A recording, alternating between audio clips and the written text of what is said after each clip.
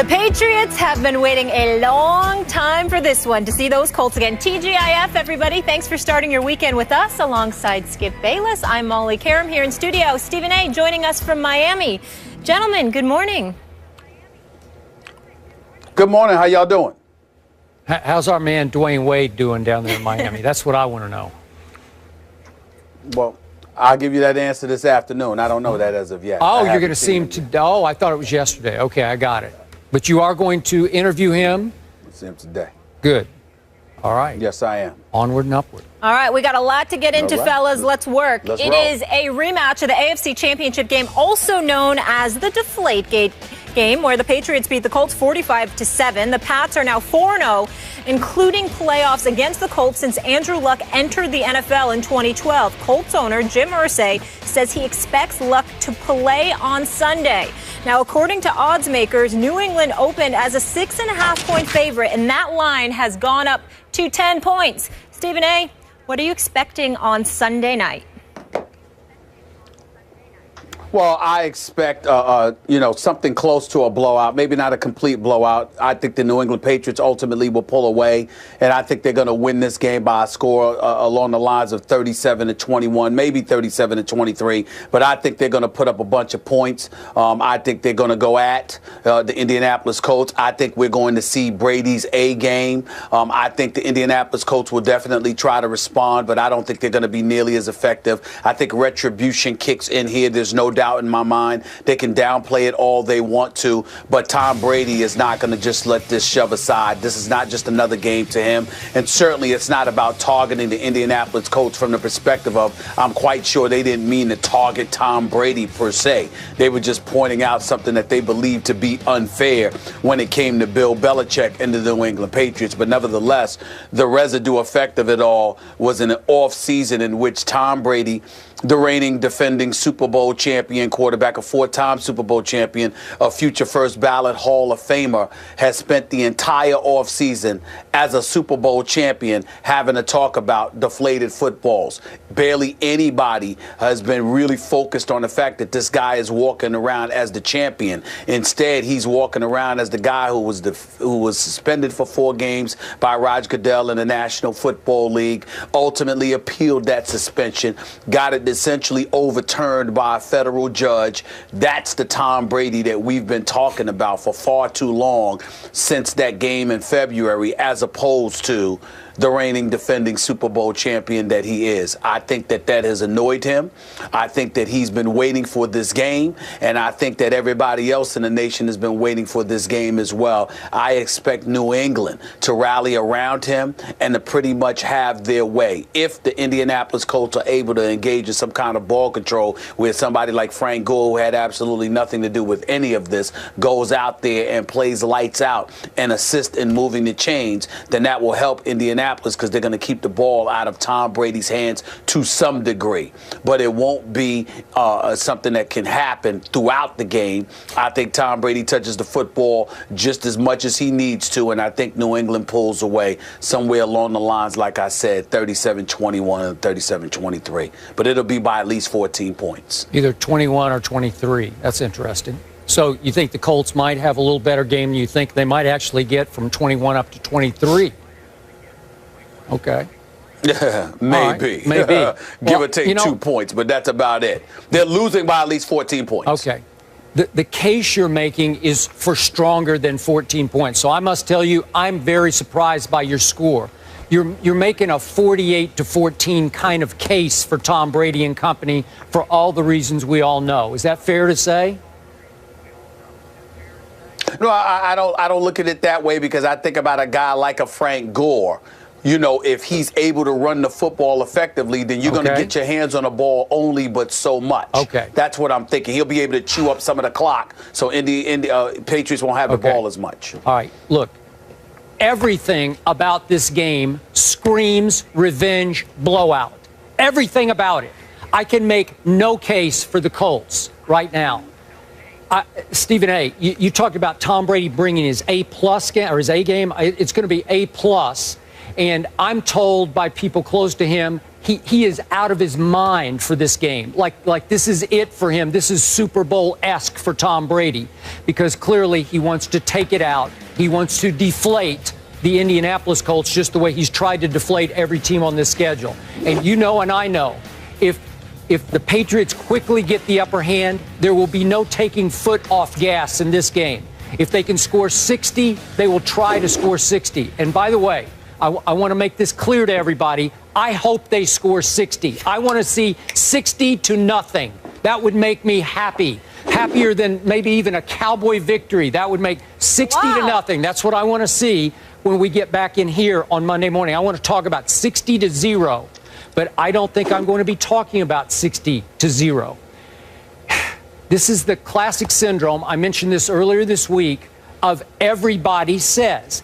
I have heard nobody make any case for the home team. This isn't in Foxborough now. This is the home team that, I remind you, just 1 year ago on Sunday night, or approximately 1 year ago, was a 3.5-point favorite over the same New England Patriots. 3.5-point favorite, and all of a sudden it's, what are we up to now, 10? 10. Okay, now they're 10-point underdogs. So we've had a 13.5-point swing, and yet the Colts went for the throat in the offseason. They broke their golden rule, and they went for older players. They signed an Andre Johnson, and you mentioned a Frank Gore, who, by the way, at Houston the other night started to sort of get it. They started to fit in, feel like they're in rhythm of the offense, and they both had big contributions in the victory over the Texans, albeit with Matt Hasselbeck at quarterback instead of Andrew Luck.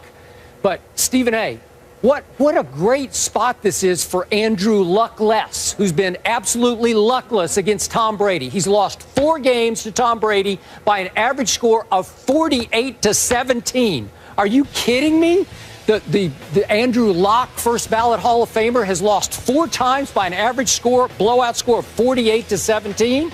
So all of a sudden, he's got a bum shoulder. They say it's not as bad as we thought. It's not, in need of surgery.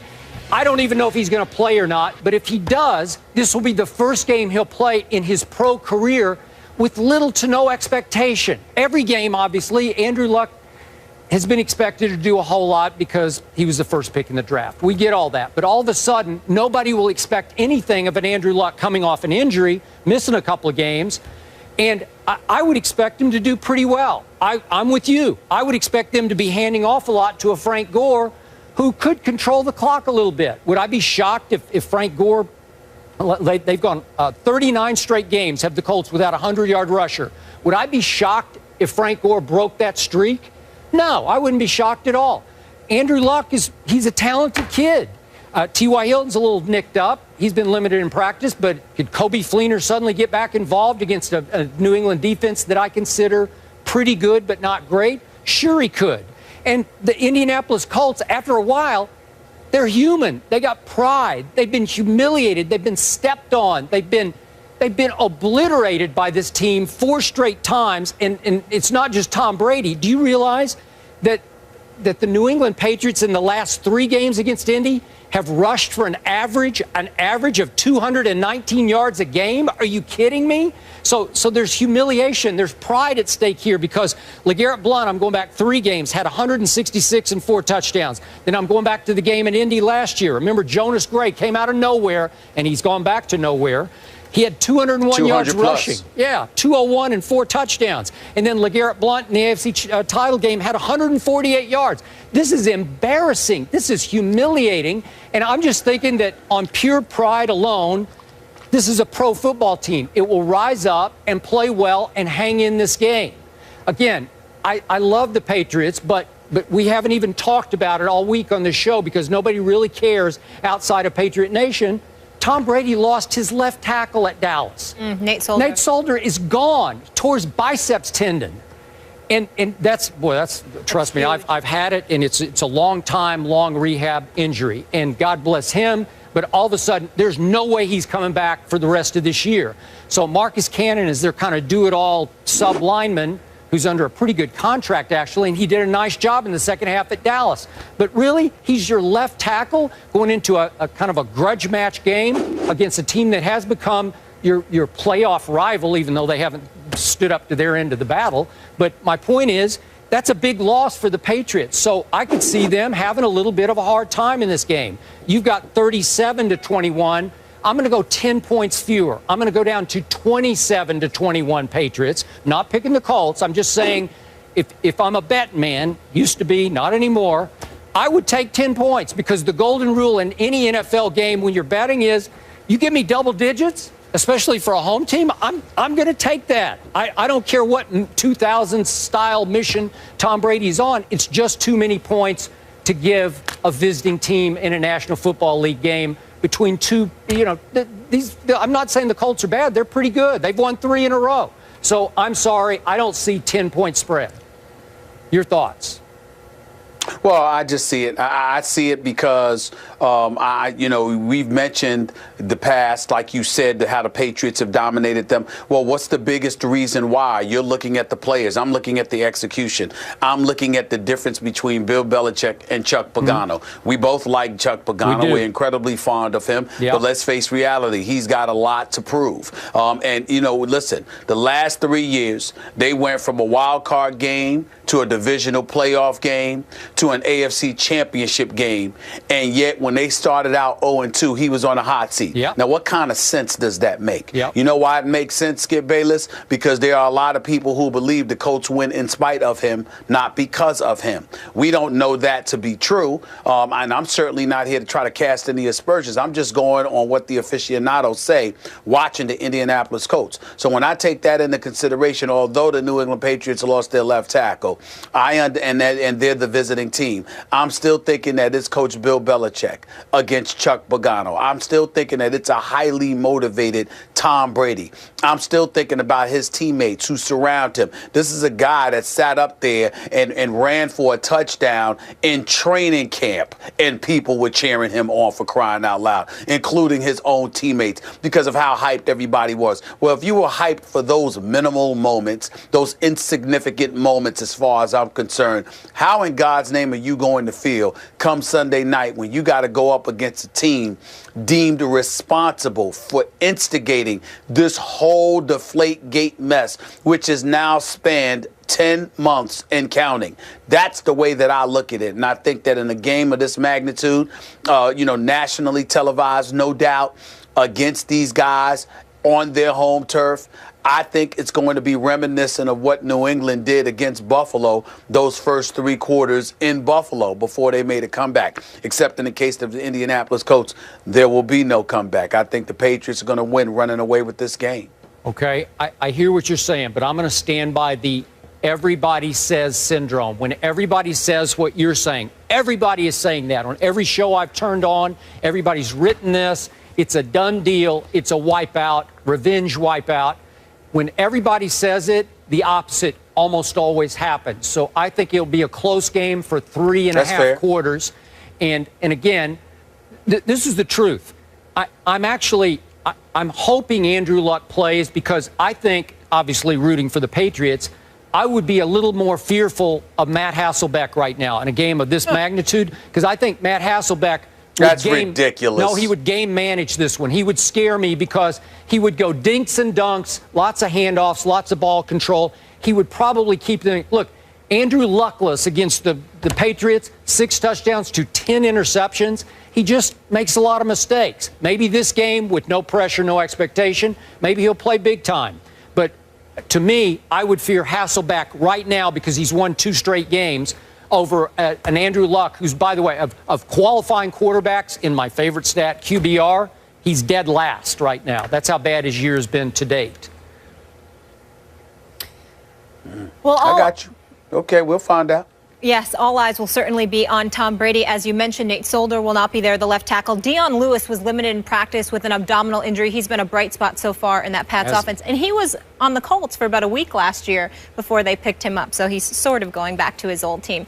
So speaking of those classic cases of everybody said syndrome,